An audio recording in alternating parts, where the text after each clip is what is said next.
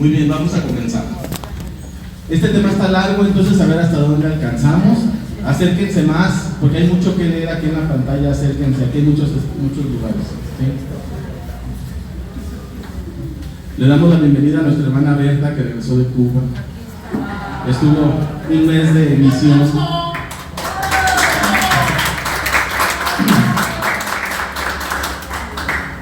Acá hay lugar, Rebe. No vas a cansar de leer. Bueno, vamos a ver hoy un tema que comienza, que es el primer tema de la segunda parte del diplomado. Este tema lo tenía pensado ver hasta enero, pero por alguna razón se fue adelantando, y qué bueno que cae ahora antes de que terminemos este semestre, porque nos va a dar la pauta a que en vacaciones meditemos y pensemos acerca de algo muy importante, efecto de la gracia santificante, que son las purificaciones pasivas. No sé si ya habían escuchado al respecto, si no lo vamos a ver, vamos a encontrar. Entonces, resumen nada más esta de la última clase, fue hace 15 días, ¿verdad? Bueno, resulta entonces que la gracia santificante es un hábito, pero es un hábito no operativo. Nadie puede decir, ay, ahorita vengo, voy a ir a ejercitar el hábito de la gracia santificante. Por sí mismo, la santidad es propia de Dios. Dios la puede ejecutar y como hábito llevar a cabo, pero el hombre no es un hábito inmediatamente operativo en el hombre. Entonces se requiere una serie de hábitos que vienen anexos a la gracia santificante, que ponen en operación a la gracia santificante mediante actos humanos. Es decir, podemos llevar a que el alma opere actos en el orden de lo espiritual e incluso en el orden de lo divino. No son actos divinos, pero sí en ese orden, porque se ejecuta la santidad que es propia de Dios, pero a través de actos humanos. Y esa es la gran maravilla, que mediante actos humanos de fe, esperanza, caridad, prudencia, justicia, fortaleza y templanza, se llevan a cabo en el alma actos sobrenaturales, actos en el plano de lo espiritual, pero además en el plano de lo santo, de lo divino, de la santidad. Entonces, con un acto muy sencillo de amar al prójimo, de tener fe, de tener esperanza, mientras estemos en estado de gracia, se ejecuta dentro del alma actos en el orden de la santidad. ¿Hasta ahí queda claro? Ese es así como el resumen a grandes rasgos. Muy bien, vamos hoy a destinar esta primera clase del segundo bloque a revisar obviamente cada una de las virtudes teologales, fe, esperanza, caridad, de las virtudes cardinales y también de los dones del Espíritu Santo. Vamos a comenzar hoy con la fe. Van a decir, tanto decir que una clase especial para la fe. Sí, es una clase especial, porque vamos a ver cómo es que la fe opera en las tripas del alma la santidad. Tú y yo tenemos fe. No se necesita ser santo para tener fe, pero vamos a ver que hay diferentes tipos de fe. Entonces, aquí el resumen, vamos a entrar entonces en materia. Nada más es importante que esta diapositiva la tengan en la mente, la tengan por ahí en su teléfono, porque en 2 o 3 momentos voy a regresar a ella. Vemos ahí fe, esperanza, caridad, prudencia, justicia, fortaleza, templanza, en la parte de abajo. ¿Cuál es? Ahí estaban, ¿verdad? Y en la parte de arriba, los dones del Espíritu Santo, ¿sí? Pero además, lo comentamos la clase pasada, de que el desarrollo de las virtudes, fe, esperanza, caridad, prudencia, justicia, fortaleza, templanza, a ese desarrollo se le llama desarrollo ascético, y depende totalmente del hombre. Tú decides cuándo tener fe o cuándo no, cuándo practicar la caridad o a qué nivel. Se le llama desarrollo ascético. Pero al actuar de los dones del Espíritu Santo, al actuar del don de temor de Dios, del don de fortaleza, piedad, consejo, ciencia, entendimiento y sabiduría, que se operan no por voluntad del hombre, sino por voluntad de Dios, se le llama desarrollo místico, y Dios decide cuándo operar. Quiere decir entonces que el alma va a tener un doble desarrollo, por los actos humanos, que es el desarrollo ascético, y por los actos divinos en el alma, que es el desarrollo místico. Bien, dicho esto, vamos entonces al tema de hoy.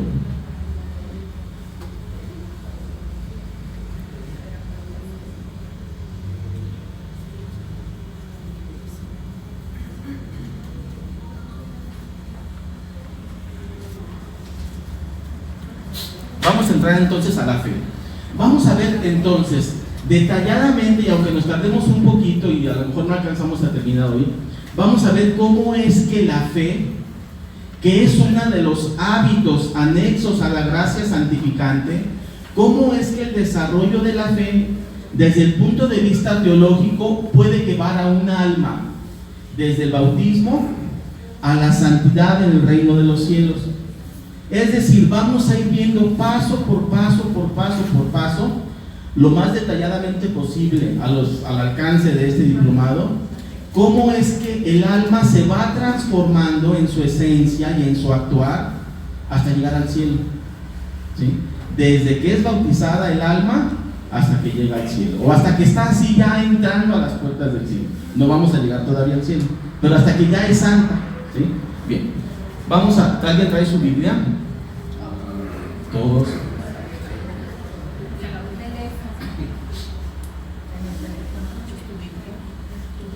Marcos 9:14 en adelante. Yo no me la traje. ¿Alguien la trae? De esa Biblia con letra grande para débiles sexuales.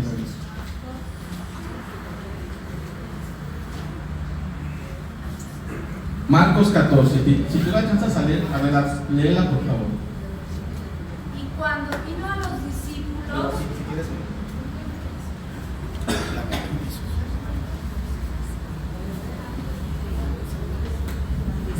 Cuando vino a los discípulos, vio una grande multitud alrededor de ellos y los escribas que disputaban con ellos. E inmediatamente toda la multitud, viéndole, se espantó y corriendo a él, les saludaba. Eso es Marcos 9. Entonces a lo mejor es Marcos 14. Soy chueco para explicar. A ver.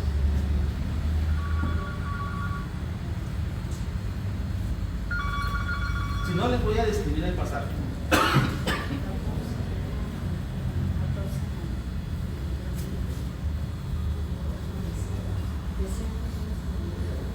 No, les voy a buscar bien la cita bíblica.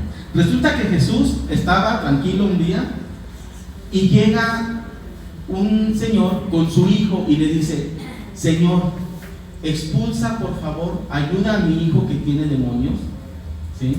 Ya se los llevé a tus apóstoles, a tus discípulos, y no pudieron expulsar los demonios. Ya luego les digo el pasaje correcto. Yo soy malo para poner números. Ya se dieron cuenta. Entonces dice Jesús: raza de testarudos o algo similar, ¿hasta cuándo voy a tener que estar con ustedes y soportarlos? A ver, tráiganme al enfermito. Y le pregunta al Señor, al papá del enfermito: ¿y desde cuándo está así? Desde hace mucho tiempo, y a veces los demonios lo toman, lo arrojan sobre el agua, lo arrojan sobre las piedras, o lo arrojan sobre el fuego y escupe espuma. Entonces él dice: si tuvieran la fe del tamaño de un granito de mostaza, y de ahí viene el canto, las montañas se moverían, le dirían a esa montaña: arráncate de ese lugar y plántate en el mar, y la montaña lo haría. Y dice: pero no se apuren, estos demonios que tiene enfermito solamente se van con ayuno y oración, ¿sí? Ese es el pasaje, y lo vamos a estar tomando varias veces. Fe. Vamos a entrar de lleno a la fe. ¿Qué es la fe? Si preguntamos allá afuera saliendo de misa: oye Manuel, oye Lupita, ¿qué es la fe? El común de la gente va a decir, y lo podemos tomar como definición de religiosidad popular, es creer sin haber visto, y es muy cierto.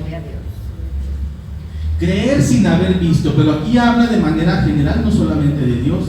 Es más, yo puedo decir, fíjense, ya pasó una moto, no la vi, pero creo que pasó. Y eso es tener fe. De acuerdo a esa definición, eso es tener fe.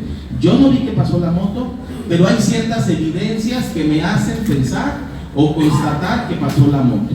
Entonces, esa es una definición de religiosidad popular. Hasta ahí nos queda claro, ¿sí? Bien. No es una definición perfecta, pero es una definición suficientemente buena. Si nos vamos al catecismo, el catecismo en el numeral 1814 dice: la fe es la virtud teologal por la que creemos en Dios y en todo lo que Él nos ha dicho y revelado, y que la Santa Iglesia nos propone, porque Él es la verdad misma. Esta es la definición de fe que viene en el catecismo, y tiene tres partes importantes: creer en Dios, creer en lo revelado por Dios y creer en lo que la Iglesia propone. Eso es fe. Creer en Dios. A Dios nadie lo ha visto, pero creemos en Él. Dios nos ha revelado, Dios es la revelación, Dios Hijo nos ha revelado su palabra, creemos en la palabra, creemos en la revelación, sin comprenderla, sin conocerla al 100% y sin terminar de estudiarla, lo creemos. Y también creemos en lo que la Iglesia nos propone. Esa es una definición muy completa desde el punto de vista catequético, es la que la Iglesia nos propone, y ahí está entonces la definición de fe desde el punto de vista del catecismo. Todo lo que vamos a ver ahorita se los voy a pasar en el libro, y en el libro viene mucho más explicado, entonces vamos con calma. Vamos a ver definición teológica. La definición teológica habla, además del catecismo, de qué, cómo, cuándo, dónde y por qué. Dice: la fe es un hábito, ya nos queda claro eso. Infuso quiere decir sembrado por Dios, ¿en dónde? En el alma, pero específicamente en el entendimiento, ¿sí? En el entendimiento del alma. ¿A manera de qué? A manera de una virtud.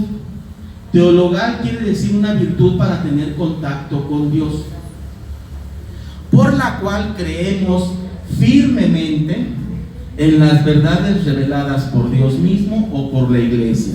Entonces, esta definición teológica toma la definición de catecismo, pero además dice que es un hábito sembrado en el entendimiento del alma. Hasta ahí estamos bien, ¿verdad? Bien. Resulta que hay tres tipos de fe: la fe racional, que es totalmente intelectual; la fe moral, que es de la conciencia; y la fe infusa, que es en el alma. La fe como virtud teologal es la tercera, es la fe infusa en el alma. Voy a explicar la primera. La fe intelectual es la que pasa por aquí la moto, yo no necesito verla para tener la certidumbre y creer que pasó la moto, ¿sí? Es más, estamos aquí, de repente empieza, no oímos ningún relámpago, no vemos ninguna nube, pero empieza a oler a mojadita la tierra, decimos: ya, por ahí está lloviendo. Es una fe intelectual, y con esa fe intelectual nos movemos. El hombre físico, el que pisa esta tierra, se mueve con fe intelectual. La fe intelectual, por fe intelectual, también podemos creer en Dios, ¿sí? Por eso es que una persona que está en estado de pecado sigue creyendo, pero desde el punto de vista intelectual. No tiene la fe infusa en el alma. Vamos a pensar en uno que no ha sido bautizado. Si la fe se recibe, la fe infusa se recibe en el bautismo, la fe, tercer ejemplo que está ahí, en el alma, no la tiene porque no está bautizado, pero tiene la fe intelectual, la fe racional, y con fe racional puede creer en Dios como hombre, como cerebro, como mente, pero no como alma.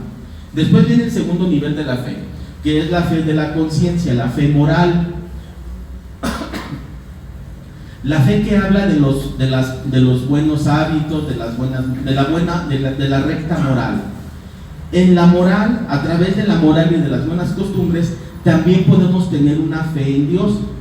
Más aún, la fe moral es más perfecta que la fe intelectual, porque la fe intelectual necesita de escuchar que pasó la moto para creer que pasó la moto. Si yo te digo ahorita pasó un jet supersónico, tú vas a decir no escuché la onda de choque, y todos lo hubiéramos oído. Entonces la fe intelectual requiere de señales, pero la fe moral no, requiere de una buena razón, de la sana moral y de las buenas costumbres para que creamos algo. Entonces, mediante la fe moral también podemos tener una creencia de Dios más perfecta que de la fe intelectual. ¿Sí, Miguel? Digo, es una duda. Como fe, yo puedo tener una fe, pero que no tenga un efecto en el alma. Sí. La fe intelectual Solamente. y la fe moral. La fe intelectual y la fe moral son intelectuales las dos, porque aún lo moral pues tiene que ver con lo intelectual, ¿sí? Entonces la fe intelectual tiene que ver con el intelecto, con el raciocinio. La fe moral tiene que ver precisamente con eso, con la moral y las buenas costumbres, y ya con las emociones y con los sentimientos, pero que también radican en el cerebro desde el punto de vista científico.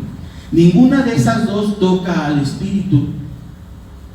Por eso es fácil ver a una persona, al cabo no está aquí, ahora el domingo en misa me tocó adelante, estábamos aquí, y adelante de nosotros estaba una persona, no lo conozco, a lo mejor es vecino de por aquí, no lo conozco, y el padre dijo, ay, aquellas personas que tienen mucho tiempo sin confesarse, y voltea a la hija con el papá y le dice, ¿ves, papá?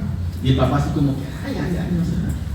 Bueno, ese papá tiene fe en Dios, si no, no estaría ahí sentado. Él alcanza a creer algo a nivel racional, pero su alma está muerta. Bien. Y si no muerta, inactiva, porque ya decimos que no existe la muerte en el alma.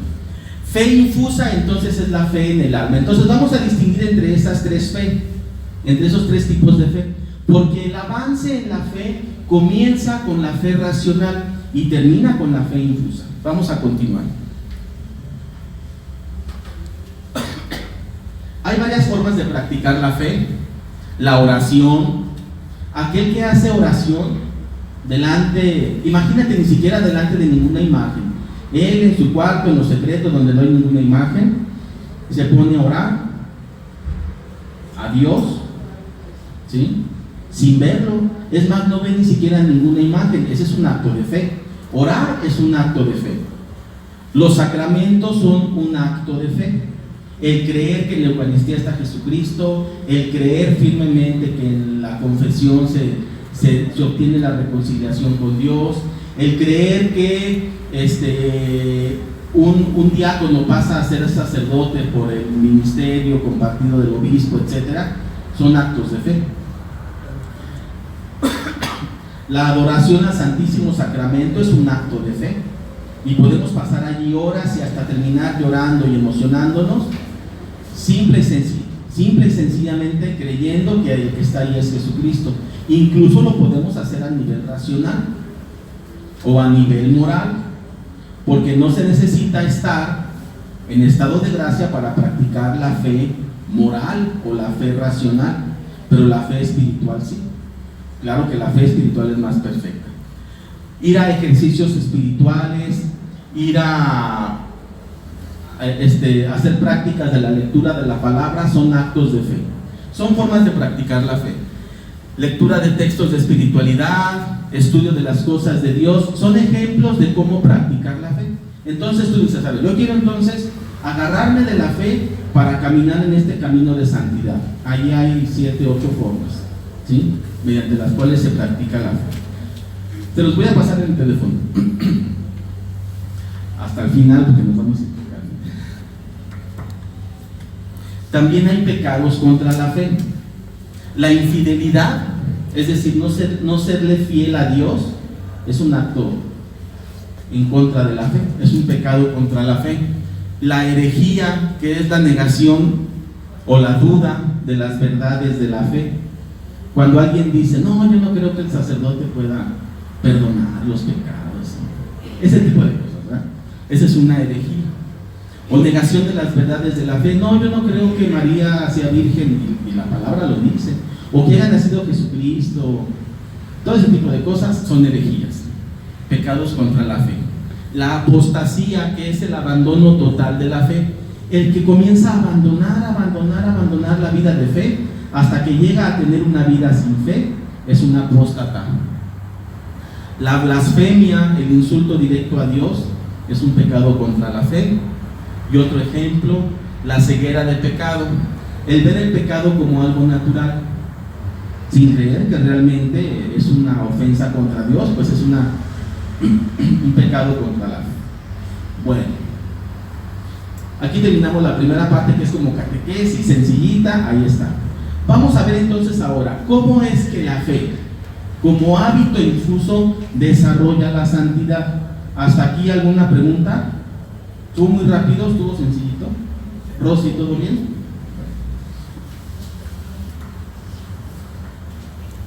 Bueno, por último, la fe infusa, está un niño, se bautiza, se recibe la gracia santificante y se recibe junto con la gracia santificante las 3 virtudes teologales, las 4 cardinales y los 7 dones del Espíritu Santo. Eso ya nos quedó claro. Cuando el niño peca o cuando nosotros pecamos, se pierde la gracia santificante, desaparecen los dones del Espíritu Santo, desaparecen las virtudes cardinales infusas. El hombre puede seguir siendo puede seguir teniendo prudencia, justicia, fortaleza y templanza, pero moralmente, no infusamente, ¿sí? Entonces desaparece la gracia santificante, desaparecen los dones del Espíritu Santo, desaparecen las virtudes cardinales infusas, desaparece la caridad como virtud teologal, puesto que si está en estado de pecado no es compatible con la caridad, pero permanecen, fíjese lo que ocurre, permanece en el alma la fe y la esperanza como virtudes infusas. Dios así lo tiene previsto. Aquella persona que comete pecado, todo desaparece, pero queda una fe muy básica en el entendimiento del alma y la esperanza muy básica en la voluntad del alma. ¿Para qué? Para que cuando llegue una gracia actual, que son aquellas que te invitan a regresar, se mueva la fe o se mueva la esperanza y te lleve espiritualmente a actuar. ¿Se entiende eso? Entonces vean cómo es como un aparato de ingeniería. O sea, se insertan muchas cosas en el alma en estado de gracia, pero en estado de pecado todo desaparece. Pero Dios en su infinita bondad dice que en el alma, en el entendimiento permanezca la fe. Como dice allí, se mantiene la fe en estado pasivo e imperfecto, no da fruto en lo sobrenatural, se mantiene en el alma como último recurso de Dios para invitar al pecador a la reconciliación, se activa por la acción de las gracias actuales, independientemente de que en el hombre siempre exista la fe racional y la fe moral.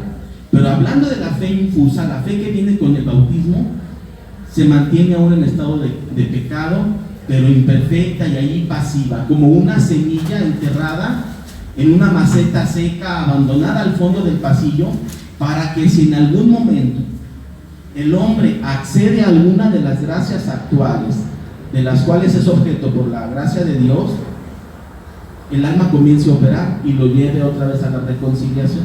Lo vamos a ver ahorita. ¿Alguna pregunta? ¿No? Sí. Por ejemplo, una persona que no se confiesa, o sea, no comulga, pero tiene oración, tiene todo lo que es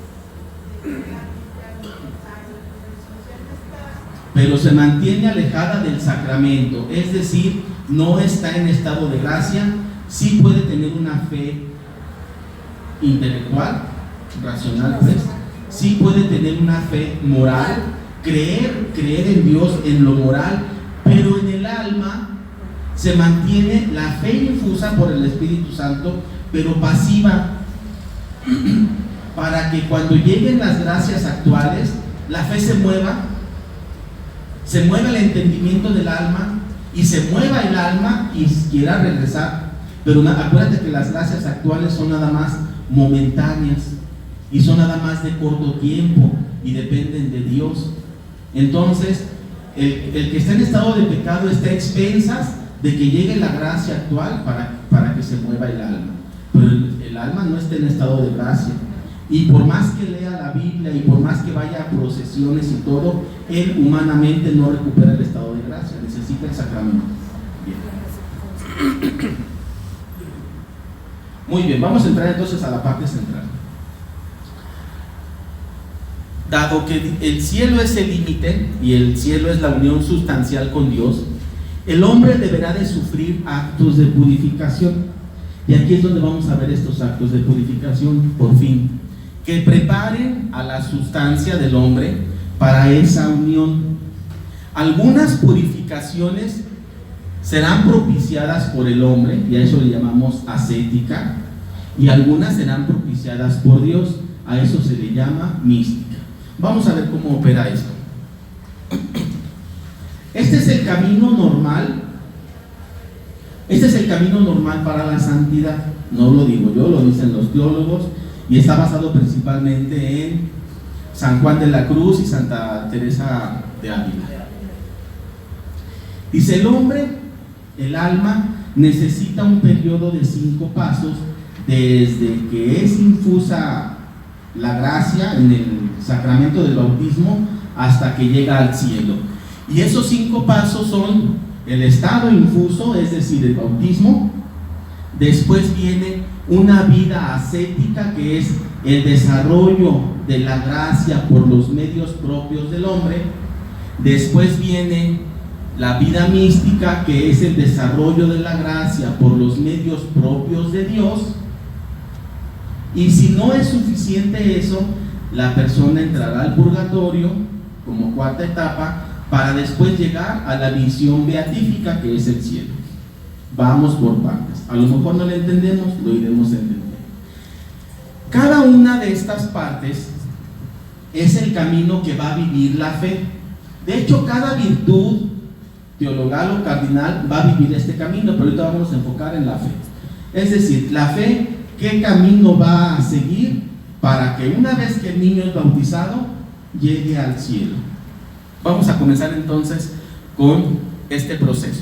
Déjenme decirles que,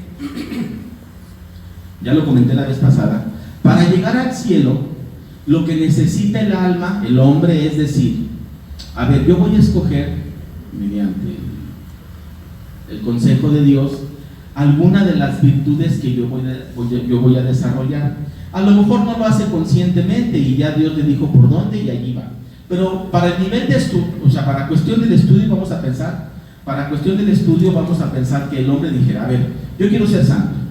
Entonces puedo ser santo a través de la fe, de la esperanza, de la caridad, de la prudencia, justicia, fortaleza o templanza. Y entonces se pone en oración y dice: Dios me inspira a que yo voy a ser santo a través de la fe. No quiere decir que las otras no se van a desarrollar. Quiere decir que él va a poner esfuerzo primordial con la ayuda de Dios en el desarrollo de la fe, y todas las demás se van a ir desarrollando como consecuencia del desarrollo de la fe. Todas las virtudes se van desarrollando. Este camino implica varias cosas.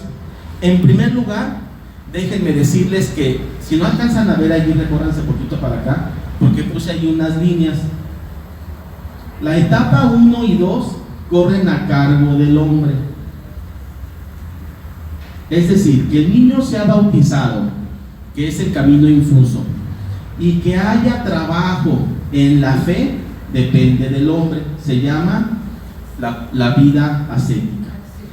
Las 3 de abajo, la vida mística, el purgatorio y el cielo, dependen de Dios. Quiere decir que en el camino para llegar al cielo son 5 pasos, 2 dependen del hombre y 3 de Dios. Ya desde ahí llevamos de ganar, ¿no? Después de esos 2 pasos que le competen al hombre y 3 que le competen a Dios. Los 3 primeros se desarrollan en esta vida. El bautismo, la vida ascética y la vida mística se desarrollan en esta vida. Y los otros 2, el purgatorio y el cielo, en la otra vida, después de la muerte. ¿Sí? Eso nos queda claro. Sin embargo, hay algunos casos en los cuales algunas cuestiones de la otra vida trascienden a esta vida y se comienzan a llevar a cabo desde ahora. Los vamos a explicar. Bien. Vamos a comenzar con el punto número 1, estado infuso. Es decir, vamos a ver cómo es el caminar de la fe a través de estos 5 pasos. De hecho, vamos a ver nada más 3. Vamos a ver cómo es el caminar de la fe en estos pasos. El estado infuso implica 2 partes. En primer lugar, cuando el niño es bautizado, y después, cuando hay un estado así incipiente de fe, un estado muy ralo de fe, un estado muy inconstante de fe. Son como los 2 caminos, como los 2 primeros pasos, ¿no? Nadie en su sano juicio y para cuestión de estudio, en cuanto es bautizado, ya es el máximo creyente y hace milagros, ¿no? Lleva un caminito, ¿sí? ¿Alguna pregunta? Bien, vamos a entrar entonces ya al punto. Estado basal, que es cuando viene la fe y toma su base en el alma. ¿En qué consiste ese estado? La fe infusa basal es la primera parte, es el primer momento de la fe. En el entendimiento del alma adquiere la facultad de creer respecto de la verdad revelada y de la vida sobrenatural. Y esto ocurre en el recién bautizado y en el recién converso, el que se acaba de convertir. El que está recién bautizado y el que se acaba de convertir, lo primero que ocurre en su alma respecto de la fe es que el alma adquiere la facultad de creer. Él ya tiene fe intelectual y ya tiene fe moral, pero en el alma, en cuanto esa persona es bautizada o en cuanto esa persona regresa al camino de la gracia por la reconciliación, lo que ocurre en el alma es que el alma comienza a tener la facultad de creer. ¿Y eso qué pasa en el hombre? Nada, él sigue su vida normal. El alma comienza a tener actividad muy pequeñita. Él en su vida no pasa nada, ni empieza a sudar más, ni empieza a ver los ángeles, no. Comienza apenas el primer paso de fe, en donde el alma despierta a la fe y comienza a creer. Adquiere también el alma la facultad de poder tener conciencia de su propia espiritualidad. El alma con la fe comienza a creer, pero además a tomar conciencia de su estado espiritual. Al alma le queda completamente claro que es un ser espiritual. Y le queda completamente claro que forma parte de una dualidad cuerpo y alma. Y le queda completamente claro el pecado, el estado de gracia, la ley de Dios. Le queda claro todo eso al alma. Aunque no sea experta, ni aunque todavía lo practique, porque apenas está en el momento del bautismo o apenas está reconciliándose con Dios después de un tiempo de pecado, el alma comienza a tener fe. Y como lo dice allí, ¿puede producirle al cuerpo alguna sensación? En este primer estado no. En este primer estado no. Sí hay momentos en donde hay sensaciones corporales, pero son más avanzadas. En este primero no. Si acaso el hombre o la mujer que va y se confiesa y siente ñañaras en el cuerpo y todo, no hablamos de este paso, hablamos ya de uno más aventajado. Ese es donde apenas se siembra y el hombre no siente nada, ¿sí? Porque es una fe que apenas se está despertando. Es aquel que después de muchos años de no confesarse se confiesa, y más porque lo regañaron o porque va a ser padrino o por otra cosa, y no tanto por el deseo de regresar a Dios. Y esto ocurre, como dice ahí, a nivel espiritual, aun y cuando en el hombre no haya ninguna señal. Bien. Junto con el bautismo y con estas situaciones que estamos describiendo, pasa el punto número 2, que es la fe infusa pasiva. ¿Qué quiere decir? Es esa fe que hace rato les comenté, que se siembra en el alma y que aún en estado de pecado no va a desaparecer, va a estar allí, esperando ser utilizada para cuando el alma esté en estado de pecado, mediante una gracia actual, el alma entre, aunque sea momentáneamente, en acción. Esa es la fe pasiva. La fe infusa nunca abandona al alma en esta vida. Aún en estado de pecado, se mantiene en el alma, aunque en estado pasivo e imperfecto. Se mantiene como último recurso para recuperar el estado de gracia por el estímulo de las gracias actuales. Entonces, esta diapositiva nos dice, la primera parte, que es el estado basal, es el niño que se bautiza o el recién converso que regresa. El alma comienza a tener actividad de fe, le queda claro su entorno espiritual y además esa fe nunca va a abandonar al alma aún y el pecado venga, ¿sí? Es la primera parte de la vida de fe. Vamos a la segunda parte. Cuando ya hay cierto camino pequeñito, poco a poco y lentamente, la fe comienza a tener un estado incipiente de crecimiento muy esporádico. Es aquel converso, como muchos de nosotros lo hemos vivido, que muy esporádicamente va a misa, muy esporádicamente se confiesa, ya comienza a tener ciertas prácticas de fe o ciertas creencias. De repente se le mueve el corazón y va al rosario viviente, pero no tiene una vida constante. Tiene una vida, por eso se llama incipiente, pero ya es un adelanto respecto de lo otro, porque la anterior nada más era la fe sembrada, sin regarla todavía. Aquí en este paso se comienza ya a regar la fe mediante actos de fe. El inicio de la vida de la fe comienza por deseos voluntarios del hombre hacia la conversión. En este caminar se presentan estados de desarrollo no sostenidos de la fe. Conforme se es constante en la vida de gracia, la fe se va desarrollando. Entonces, conforme esta persona cada vez tiene más práctica de la Eucaristía, de los sacramentos, de la oración, de la misma religiosidad popular, de la lectura de la palabra, cada vez la fe comienza a ser, como hábito, más sólido, más desarrollado. Pero aquí todavía hablamos de una vida incipiente, no ya del practicante constante, ¿sí? Entonces, resumen, se bautiza el niño y el alma comienza a tener conciencia de la fe. Y esa fe que es sembrada nunca va a abandonar al alma en estado de pecado. En esta segunda parte, el hombre comienza a tener en estado de gracia algunas prácticas de fe, y eso hace que la fe tenga algunos desarrollos momentáneos. Eso tiene lógica, ¿verdad? Bien. Ese fue el estado infuso. Vamos a la segunda parte, la vida ascética. La vida ascética es cuando el hombre, ustedes y yo, ustedes y nosotros, decimos: ya quiero tener una vida de cercanía con Dios, quiero tener una práctica constante y un compromiso real en mi relación con Dios.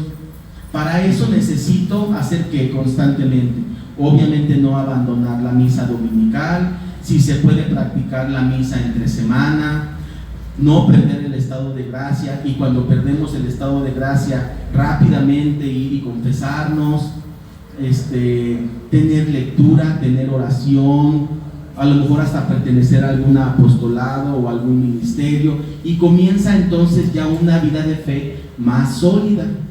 Y está dividido en tres partes. Primero es el estado de desarrollo. Vamos a ver qué significa esto. El estado de desarrollo primero comienza con la fe sacramental sobrenatural. Es decir, una vez que el hombre comienza a tener prácticas de fe y no abandonar el estado de gracia, en el camino de la conversión la fe comienza a desarrollarse ya de manera sostenida. La práctica del sacramento, de la vida de caridad y de oración son los incentivos para el desarrollo de la fe. Este caminar se mantiene durante toda la vida hasta que se tiene de manera sostenida una fe madura, inamovible, e incuestionable, que pudiéramos decir que es el caso de algunos de nosotros o de casi todos nosotros en algunos momentos, ¿verdad? Vamos, subimos y bajamos. Pero ya estamos hablando de que aún en estado de pecado y aún en estado de desgracia, no dejamos de creer. Porque el que tiene una práctica muy incipiente, como es el caso anterior, la diapositiva anterior, el que tiene una práctica muy incipiente, muy alejada de Dios, ante cualquier situación de la vida difícil, su fe falla. Y su fe cuestiona, o su fe se revela. Y en este caso no. Aquí estamos hablando de una persona que ya tiene una constancia en su vida sacramental, de oración, de caridad, de fe, esperanza, de lectura de la palabra, y que le permite, aún en situaciones difíciles, tener la vida, la fe madura, inamovible e incuestionable. Y una vez que se mantiene este estado de fe durante cierto tiempo y durante cierto nivel de madurez, se alcanza la fe racional sólida. ¿Qué significa? Estábamos hablando de que está la fe racional, la fe moral y la fe espiritual. Es cuando por la práctica de la fe espiritual, la fe racional se vuelve sólida, independiente o a la par más bien de la fe espiritual, ¿sí? Cuando la fe sacramental ya es una constante de vida, la fe sobrenatural del alma se encuentra ligada a una fe moral también muy sólida, ahí va la moto, propia de la razón. Y podemos decir,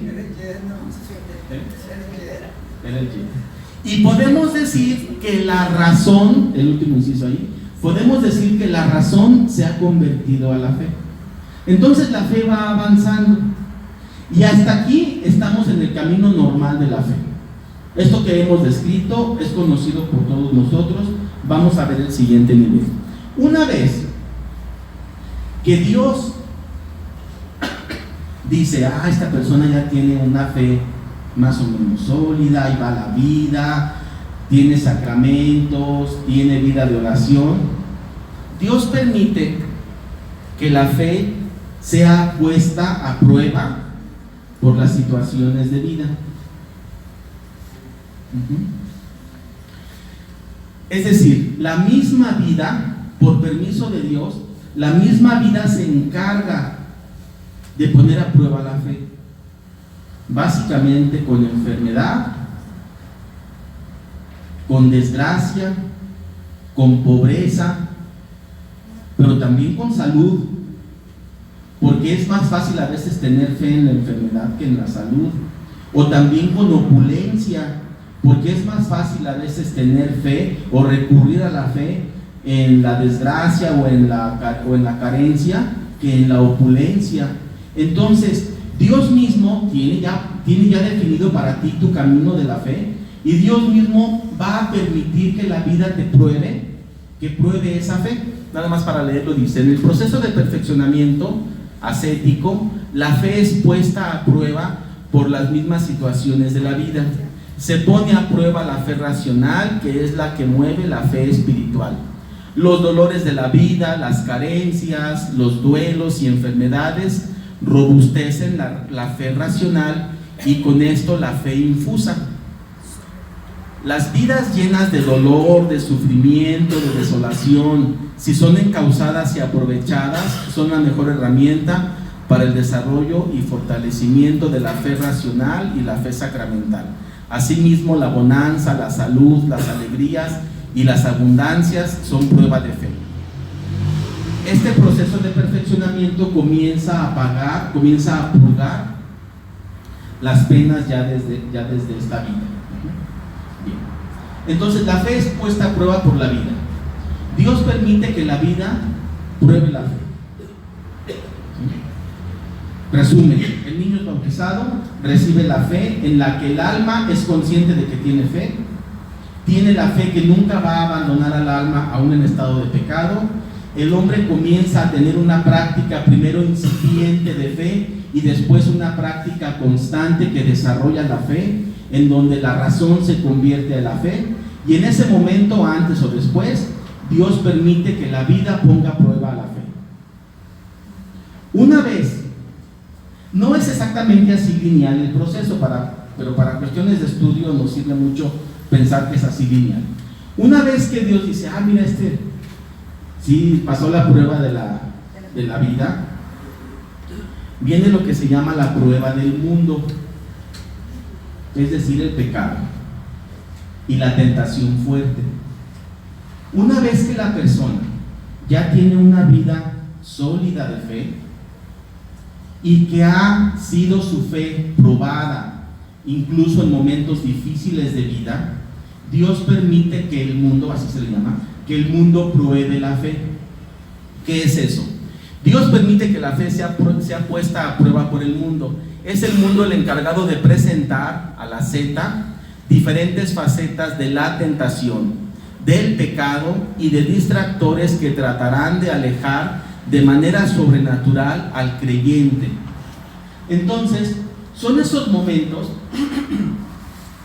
que tú y yo hemos vivido, que ya hemos vencido aquellos pecadillos que, ya la libré, tanto que 16 años con el mismo pecado, ya por fin la libré. Vienen pruebas.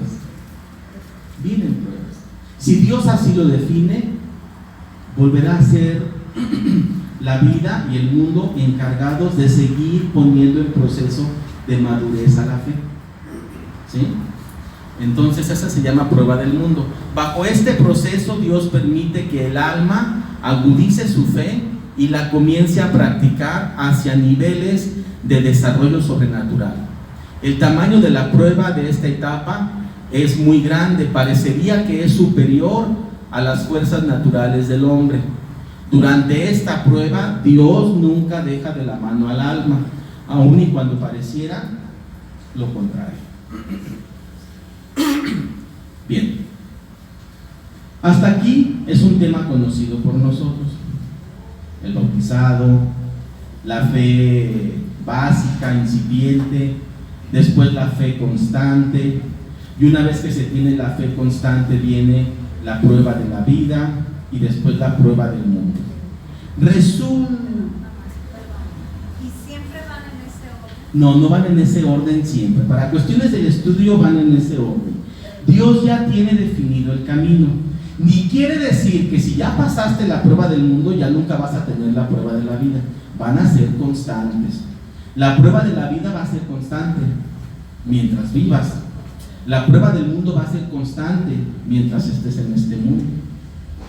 Pero es como es una escalera que te permite ir perfeccionando la fe como hábito. Bien. Resulta entonces que cuando Dios toma la decisión de intervenir su mano directamente en tu fe para desarrollarla, entramos a la segunda parte, en donde ya no es desarrollo ascético de la fe, sino desarrollo místico. Toda esta parte que describimos ahorita es el desarrollo ascético, porque depende de ti. Si tú un día decides ya no tener fe, tú lo decides. O si decides tener prácticas de fe, tú lo decides, y Dios ni se mete. Te ayudará, como siempre lo hace, pero es tu decisión. Pero una vez en este camino lineal, que rara vez ocurre así, pero en este camino lineal, en este camino sin desviación, de 1, 2, 3, 4 y 5, una vez que la fe ya tuvo constancia, superó la prueba de la vida y superó la prueba del mundo, y Dios decide que tu camino es a través del desarrollo místico, porque puede ser que no, entonces Él viene y comienza con su mano, como si metiera la mano en tu alma, y comienza Él con su mano a estimular el alma, específicamente a estimular la fe. Ya no se requiere que para seguir avanzando a pasos agigantados en la fe, tú mantengas llegues a niveles elevados de oración. No, o sea, tú mantienes tu estado de oración y mantienes tu estado de gracia. Pero hay niveles de perfeccionamiento en donde tú ya no tienes acceso y solamente por la acción directa de Dios es que se puede llegar ahí. Vamos a ver cuáles son. Es entonces que entramos a la prueba mística, a la parte mística. Si la vida ya fue desarrollada en la fe, sacramento, oración, vida de caridad, vida de penitencia, y fue una vida sostenida en la fe, y fue una vida en donde la fe misma fue puesta a prueba por la misma vida y por el mundo, y Dios decide que es el momento, entonces Dios permite que Satanás pruebe tu fe.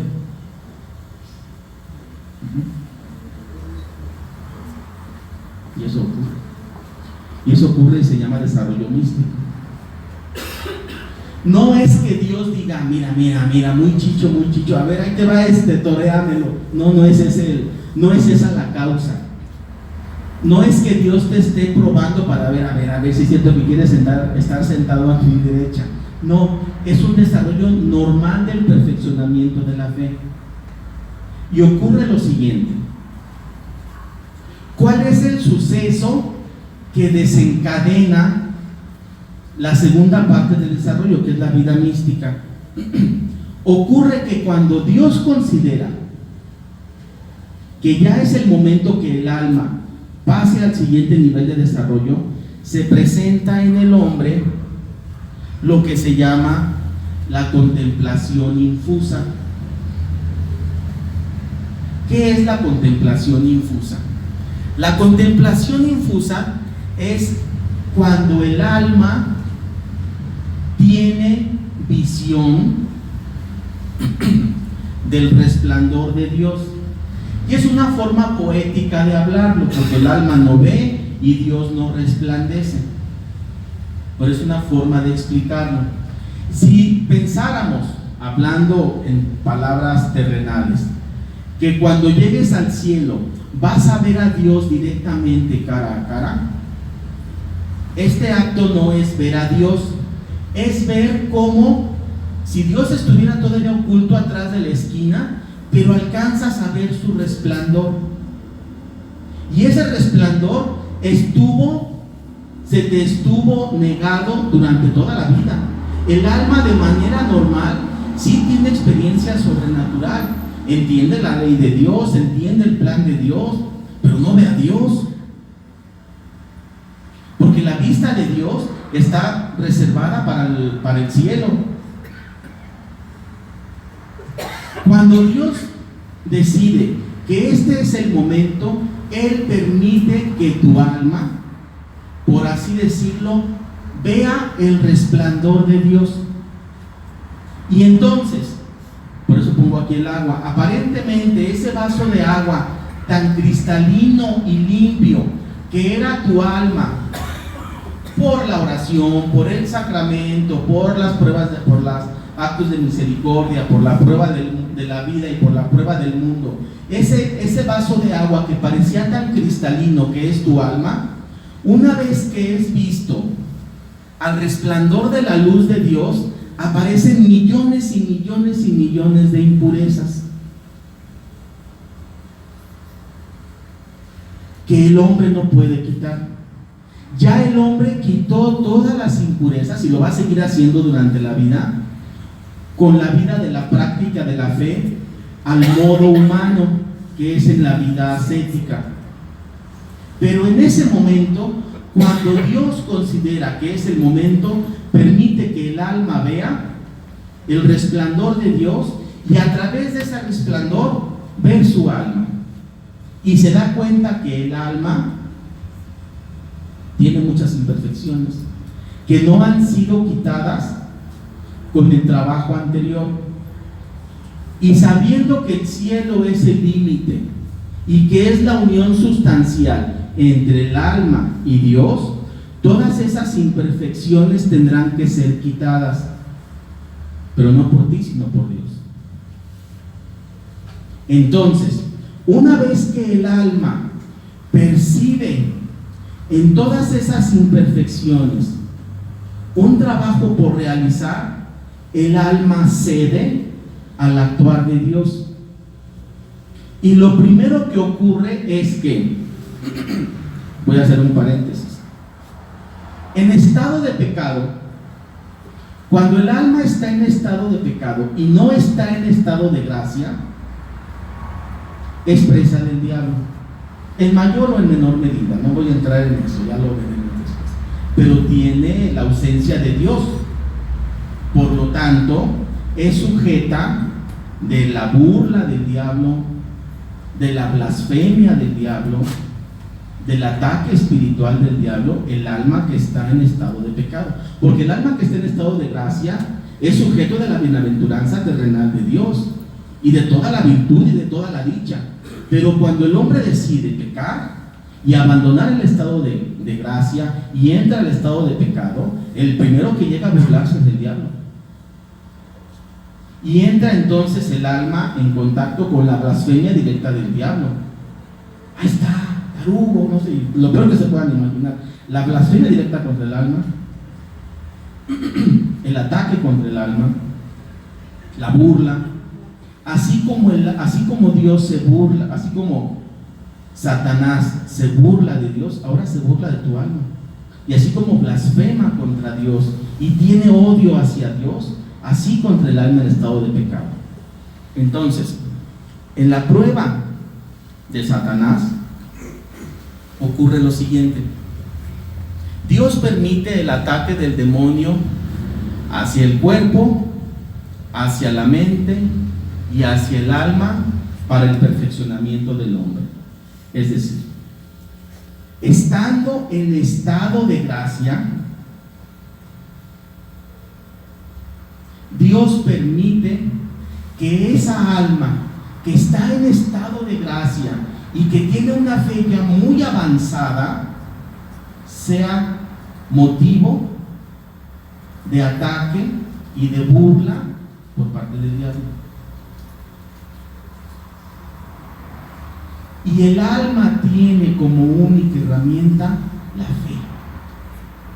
Y el diablo comienza a decir: ¿de veras crees? ¿Qué es lo que estás creyendo si no puedes ver? ¿Tú crees que vas? Y el alma: creo. Y ese ataque espiritual fuerte, muy fuerte, insoportable por el hombre, pero soportable por el alma, en estado de gracia, en donde el diablo viene. ¿Hay alguien arriba? Voy a hablar en escrito. En donde el diablo viene y hace burla del alma, blasfema contra ella, en estado de gracia el alma. Y el alma lo único que tiene en este proceso es la fe. Obviamente pasa lo mismo con la caridad, con la esperanza, con las demás virtudes, pero estamos hablando de la fe. Y el alma dice: yo creo, me mantengo en la creencia independientemente de que este canijo esté contra mí. Y el alma se comienza a fortalecer a pasos agigantados que el hombre no iba a lograr solo. Ejemplos, casi todos los santos sabemos historia al respecto. Ahí están todos. Ustedes saben más que yo, ¿sí?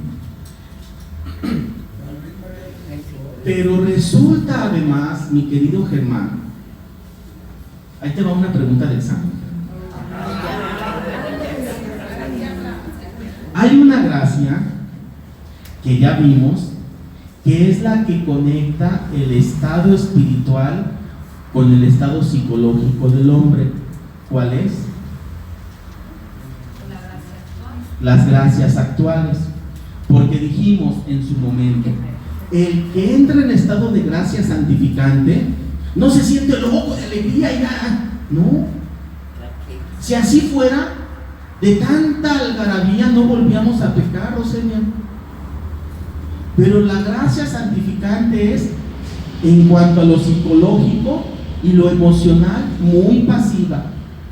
Difícilmente, psicológicamente o emocionalmente, sentirás una emocioncilla, pero el alma está en la bienaventuranza terrenal, después de haber sido presa de la burla del diablo por el estado de pecado, pasa al estado de bienaventuranza terrenal y está contentísima. Y tú normalito, estás comulgando, y alguna vez o nada nos ha pasado, estás comulgando, ya vienes de regreso y dices, ay, qué ricas están esas gorditas de nata que ya comenzaron a hornear.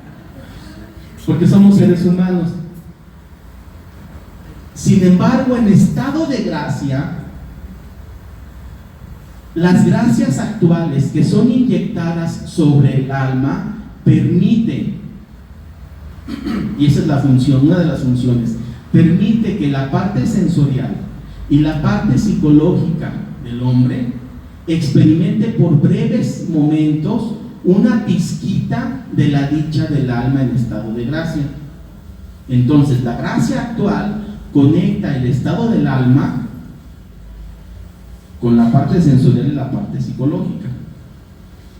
En el ataque de Satanás, cuando el alma está en estado de gracia y tiene la dicha y tiene la bienaventuranza terrenal y tiene toda esa emoción que hemos descrito por el estado de gracia, pero que ahora tiene además la blasfemia, el odio, el repudio directo de Satanás, Dios permite allí sembrar, o Dios siembra directamente en tu alma gracias actuales que llevan a tu psicología y a tus emociones a experimentar todo aquello. Si no de manera constante, sí por breves momentos muy intensos. Y es por eso que los santos amanecen al siguiente día, el Padre Pío, azotado contra las paredes, con moretones, con chichones, y él decía, pues es que me visitó el diablo en su proceso de purificación, en su proceso de fortalecimiento y desarrollo de la fe. Porque cuando el alma es puesta como agua para ser vista a través del resplandor de la luz de Dios, aparecen todos esos vicios, hábitos, imperfecciones naturales y preternaturales que deberán ser purificados. Y entonces, voy a leerlo. El alma conoce al mal en su esencia y lo que éste ocasiona al alma en su relación con Dios. El enemigo se encarga de ser ahora el principal obstáculo en el perfeccionamiento del alma y su principal distractor. ¿A nivel de qué? Ataca al alma, ataca las emociones y ataca al cuerpo, distrayéndola, queriéndola distraer, y el alma solo tiene la fe y dice, yo creo, y en cada yo creo, la fe se fortalece. Claro que se fortalece a pasos agigantados. El hombre, con la ayuda de Dios, deberá hacer frente a los ataques y acechanzas morales, físicas y espirituales con la que lo atacará el demonio. El maligno hace ver al hombre como el más grande pecador. El hombre ya había tenido un proceso de sacramento, de vida religiosa, incluso en su vida moral ya era una persona ejemplar y hemos visto ejemplos. Pero hay cosas todavía, manchas y imperfecciones en el agua, que cuando son vistas a través de la luz de Dios, a través del resplandor de Dios, el diablo se burla de esa imperfección. ¿Tú crees que así? ¿Tú crees que con esa imperfección? ¿Tú crees que con esa carencia o con esa atadura al mundo, y así quieres ser santo? Obviamente con palabras del diablo. El hombre, bajo la conciencia de pecado, el hombre se hace consciente del pecado y ve en cualquier pecado pequeñito que está todavía en su memoria la más grande piedra y roca, obstáculo para entrar al cielo. Porque la verdad es que cualquier pecado, por pequeño que sea, merece para Dios el castigo eterno. Y entonces cuando el hombre ve toda su desfachatez, toda su porquería, que aunque ya fue perdonada, ahí está como parte de su historia, el diablo se burla de aquello. Y hace ver aquel santito que ahí va despacito, poco a poco, ve en aquello el principal obstáculo. Es más, déjenme decirles que una de las características, y eso viene en la diapositiva anterior donde estaba el agua, ese momento de contemplación infusa, que es la visión del resplandor de Dios, se da cuando se cumplen dos condiciones. Una, obviamente cuando Dios quiere, pero en primer lugar, el hombre no tiene que estar preparado para esto. O sea, el hombre no está preparado para esto, es una de las condicionantes para que se dé, y debe ser doloroso.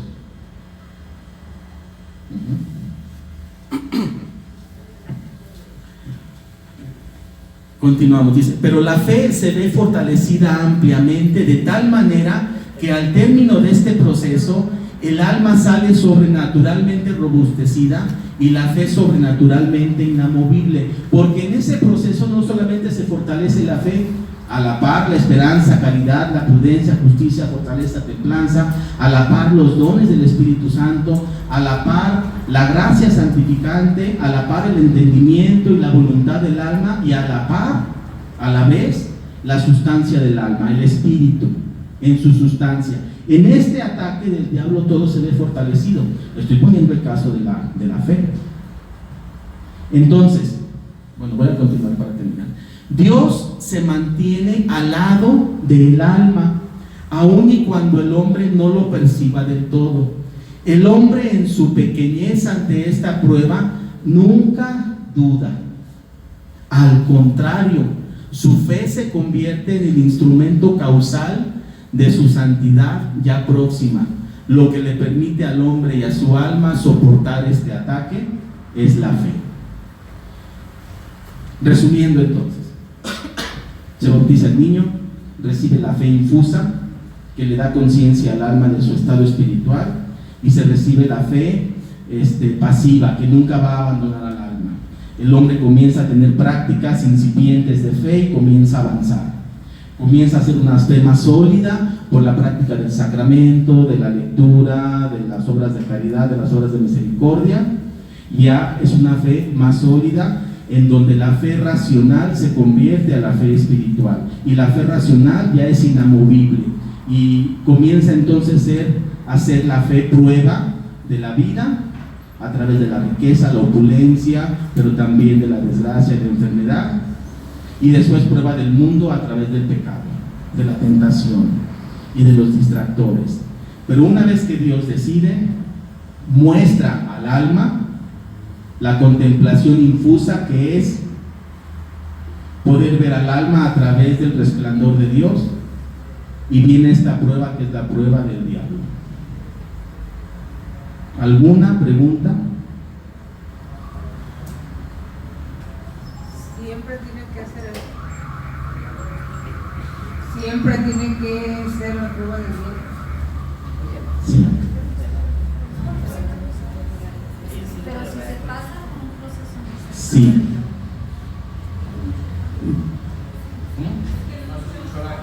La pregunta es que si siempre tiene que ser así. Sí. Sí. No hay forma de saltarse este proceso en el camino de llegar al cielo. Siempre tiene que ser así. Ay, nanita. Hay una buena noticia que suaviza. Dios definirá la intensidad, Dios definirá el momento, y Dios definirá el camino. Pero de que es rigurosamente necesario, lo es, en mayor o en menor medida, en esta vida o en la otra. Porque si no fue suceso de esta vida, lo será en el purgatorio. ¿En el purgatorio vamos a estar tentados por el diablo? No, pero sí sujetos al mismo dolor.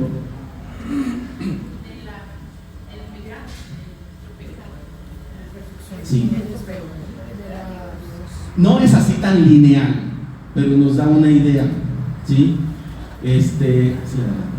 No es que sea forzoso en esta vida, pero sí creo yo, y conforme lo vayamos avanzando, que es preferible en esta vida. Y dice Anita que es necesario. Sí.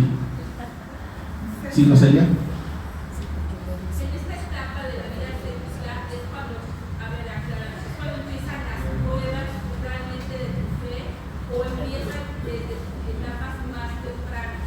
A ver, aquí ya no es ascética, aquí ya es mística. Bueno, la vida ascética llega a su prueba más difícil en la prueba de la vida y la prueba del mundo. ¿Sí?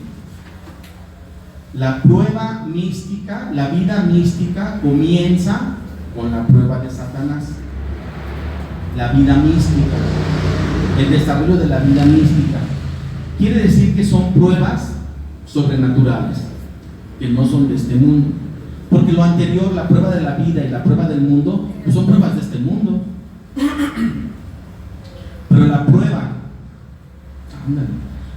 prueba, en este caso como lo estamos catalogando, la prueba de Satanás es propia de la vida mística, no es de este mundo, pero sí se puede vivir desde este mundo. Lean el libro que les voy a mandar, está mucho mejor explicado que lo que yo me estoy trabando. Más preguntas. Sí tiene que ser, sí es obligatorio. Si es obligatorio, para pasar a sexto tienes que pasar por quinto. Si es obligatorio. Entre más estudiado llegas a quinto, más fácil se te hace quinto. Puede ser que digas y veas en el poste, así como dice, bachillerato en un solo examen, pues así. Si estudias, sabemos a qué nos referimos, pero tienes que pasar por quinto para pasar a sexto. Y no es probable que entre más conocimiento o más firme sea tu fe, la prueba sea más grande también. Sí, es probable que de acuerdo al género de santidad que Dios tenga para ti, que la prueba, que si la fe es muy grande, la prueba sea más grande. Sí, sí lo es. Y santos hay de evidencia. Pero también la cuestión mística, o sea, el aspecto, la vida mística, como ya depende de Dios, Dios se encargará de definir si pasas por esta prueba de Satanás de una manera muy fuerte o de otra manera. Sí, Dios definirá tu estancia y tu grado de sufrimiento de esta prueba. Dios lo definirá. Por ejemplo, yo he visto 2 o 3 veces nada más la vida de San José de Cupertino. San José de Cupertino, cuando su vida fue muy sencilla, muy simple, y cuando se acaba la película, ella está en la parte muy avanzada del estado místico, pero debió haber sufrido en algunos momentos y bajo algún tipo de género particular este proceso. Dios definirá. Lo estamos estudiando de manera lineal, como para saber en qué consiste, ¿sí? Entonces, la prueba mística es el ataque directo del diablo al alma. La prueba de Satanás. Vamos al siguiente nivel. Una vez que Dios dice, y lo voy a poner así en caricatura, este ya pudo con el diablo, vamos a la prueba más difícil. Es la prueba de Dios. Ya te probó el diablo y la fe salió fortalecida. Y estamos hablando de manera lineal. Lean el libro, viene más explicadito. Disculpa, este es el tema 48 del libro que dice. No, este apenas se los voy a dar, es el 24. Ah, pero el 48 habla de ascética y mística, que ya se los mandé y que ya lo leyeron. Por eso me están entendiendo todo. Sí les mandé ascética y mística, ¿sí? Bueno, van a ir leyendo a la par, poco a poco, está muy interesante, Este es el tema 24. Entonces, la prueba de Satanás es una parte del perfeccionamiento. El grado de santidad que se adquiere en este proceso de cristificación y de perfeccionamiento del alma, es decir, el alma se va haciendo cada vez más parecida al Espíritu de Cristo. El alma, el ser humano cada vez se va pareciendo más a Cristo. El grado de santidad y de cristificación y de perfeccionamiento de la sustancia del alma se ve muy incrementada de manera sobrenatural. Aumenta a niveles tales que jamás serían alcanzados por actos puramente humanos. Bien. ¿Continúo? Sí. Entonces, cada alma, Dios ya tiene su grado de santidad a la cual debe de alcanzar. No. Dios tiene el camino. El camino nada más. Sí. De ti depende si eres seguir el camino o no. Esto lo pregunto porque hay algunos místicos y algunos teólogos que mencionan que hay almas en el cielo donde tienen un grado muy elevado de santidad y otras menos elevado. Eso es cierto. Hay unos que están en contra de esta corriente, pero por lo que nos estás comentando, va a Sí, y les voy a dar el numeral del catecismo en donde habla al respecto de el gozo de Dios, así se le llama. El gozo de Dios en el cielo es relativo al mérito alcanzado. ¿El gozo de Dios es qué? Relativo al mérito alcanzado. Obviamente el mérito de María es superior.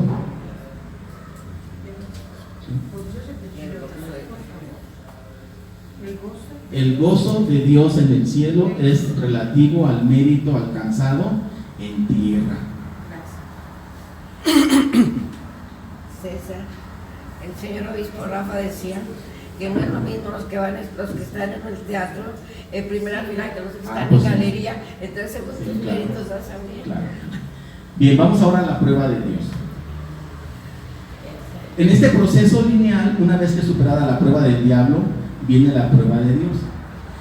En este proceso lineal parecería que una vez que se termina la prueba de la vida, ya no regresa y se va a la prueba del mundo. Y una vez que se está en la prueba del mundo, ya no regresa y se va a la prueba del diablo. Y una vez que se supera la prueba del diablo, ya no regresa y se va a la prueba de Dios. Pero la verdad es que la prueba del mundo continúa, la del diablo y la de la vida. O sea, no por eso vas a dejar de ser pobre o vas a dejar. Esto va a continuar. Prueba del Dios, prueba de Dios. En todo el camino anterior, Dios se mantiene junto al alma. Y Dios genera en el alma bienestar, alegría. Más aún, tú te pones a orar y sientes tranquilidad y sientes paz. Más si vas a una hora santa, a una vigilia solemne, a un retiro de querigma, sientes aquello hermoso y precioso. Y Dios dice, lo voy a poner lineal, y lo voy a poner así como justiciero, es para que se entienda, sabemos que no es así. Dios dice, te voy a privar ahora del beneplácito que te genero. Y esa es la prueba de Dios. ¿Desiertos? ¿Sí? La sequía de Dios, el abandono de Dios. ¿Sí? No es así, lo estamos poniendo en esas palabras para que se entienda, ya en el libro lo estudiarán con más claridad. Pero en pocas palabras para entenderlo es, y tiene mucho sentido, no faltará por allí algún cristiano que ora por sentirse bien consigo mismo, o que va al retiro de querigma para sentirse feliz. Y ese no es el motivo para seguir a Dios. A Dios, Él lo dice, se le debe seguir por quien es, no por lo que genera en mí, ni por la alegría que genera en mí.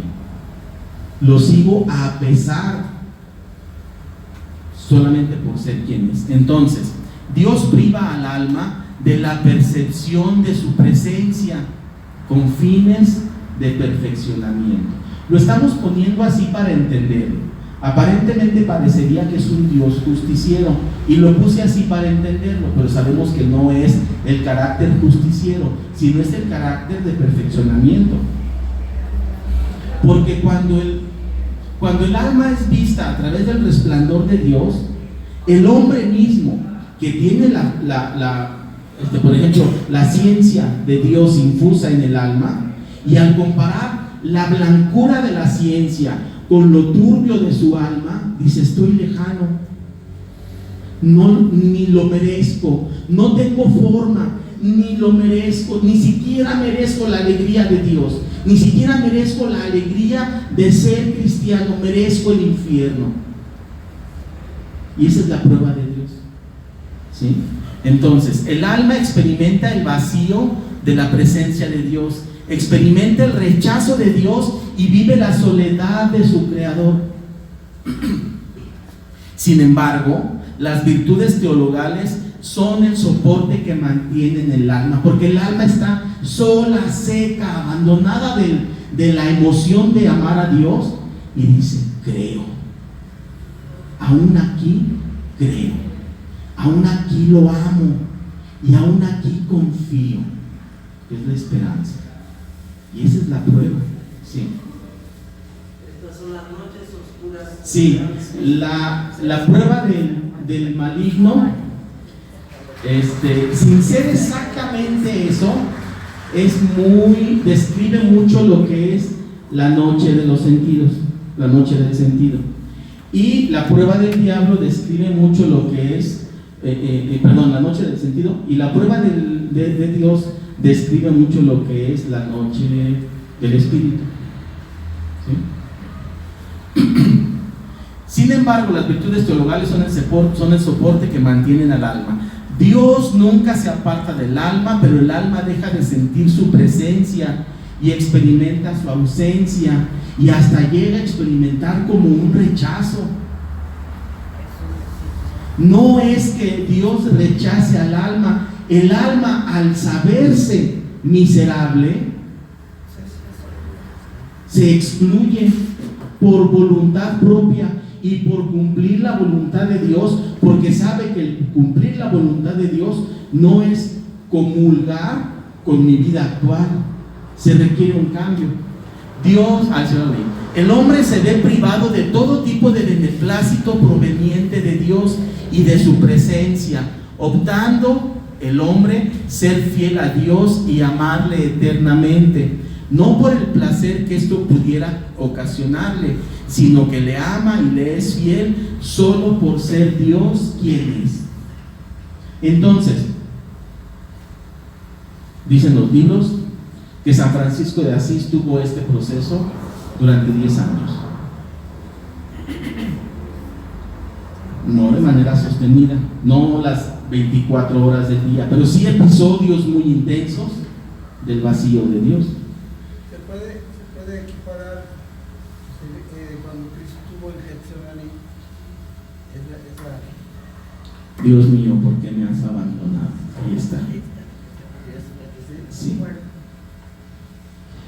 El alma se siente abandonada en esa purificación y exclama: Señor, si yo te seguí, yo anduve contigo y estoy en estado de gracia, ya soporté la vida, ya soporté el mundo, ya soporté al diablo, ¿por qué me abandonas? Dios mío, ¿por qué me has abandonado? Pero cuando ocurre eso, y cuando Dios define que el alma es suficientemente pura y la fe suficientemente fuerte, en este proceso lineal termina la prueba de Dios, aunque nunca termina, pero entramos a la siguiente fase. La prueba de Dios termina por cristificar la sustancia del alma, es decir, la sustancia del alma ya es totalmente parecida a la sustancia de Cristo. Eso se llama cristificar. La prueba de Dios termina por cristificar la sustancia del alma. Al negarse el alma a sí misma y al entregarse solo al amor que siente por Dios, se cristifica la sustancia del alma en su totalidad, de tal manera que la sustancia del alma es ahora otro Cristo, otro cuerpo de Cristo, en la medida que el alma humana lo permite. Estamos hablando de un Cristito. Sabiendo que el cielo es el límite y que es la unión sustancial entre Dios y el hombre, el alma deberá sufrir procesos de perfeccionamiento, unos motivados por el hombre, que es la ascética, y otros motivados por Dios, que es la mística. Aquí el alma, la sustancia del hombre, es totalmente cristificada, totalmente compatible con la sustancia de Cristo. Y entonces, ¿qué ocurre? Ocurre que la fe, ya estamos hablando de la fe, ocurre que la fe ya es perfectamente santa en el alma. La pasividad a la duda ya es perfecta. El alma nunca va a dudar, ¿sí? No habrá además nunca duda racional ni duda moral, porque se alcanza la fe sustancial. Es decir, la fe es parte ahora de la sustancia del hombre. La fe es parte ahora de la sustancia del hombre. La fe ya no es un hábito. Dijimos que la gracia santificante es el hábito de la santidad en Dios, pero que el hombre no la puede llevar a cabo.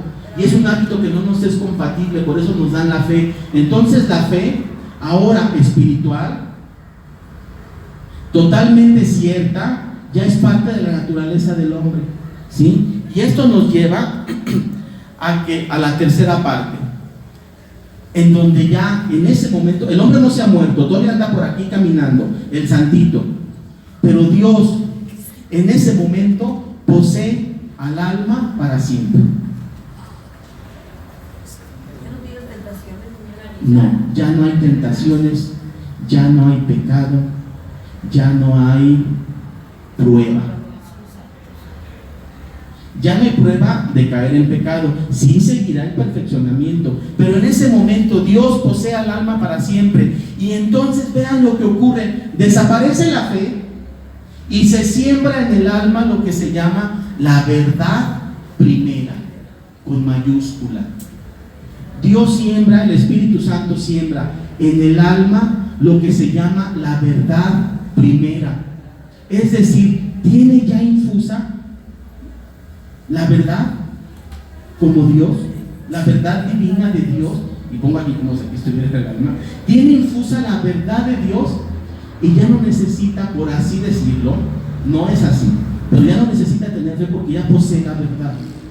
Claro que la fe se continúa perfeccionando. Entonces, la fe primera es infusa en el alma. La verdad primera. La verdad primera es aceptar infusamente, sin discurso, sin método y sin esfuerzo, a Dios, de manera sustancial, de manera natural, como única verdad. Y eso ocurre en el alma. Una vez que se tiene el proceso de prueba de la vida, del mundo, de Satanás, del diablo, se adquiere la verdad primera en el alma. Y entonces la sustancia humana es unida a la sustancia de Cristo.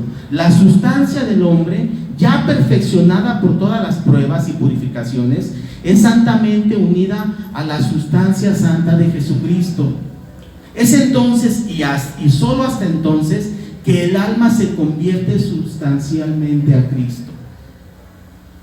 Hablamos de una sola sustancia. El hombre no se ha muerto, aquí anda todavía, pero es uno con Cristo. Uno con Él. Sí, sí. Dios lo toma para Él. Sí. Sigue habiendo prueba del diablo, sigue habiendo prueba de la vida, pero en el hombre ya no hay duda, ya no hay ya no cede a la tentación. Hablamos de una sola sustancia, el alma se une a Cristo por Él y en Él. Yo sí quiero un Dios así. Sí, Miguel. ¿Y es perceptible para el cuerpo? Sí, pero por supuesto, claro que es perceptible. Y el hombre está feliz y es un santo radiante. Es el que es santo una vez que muere. Nada más esperan los milagros para inscribirlo en el catálogo de los santos. Es de ese del que estamos hablando.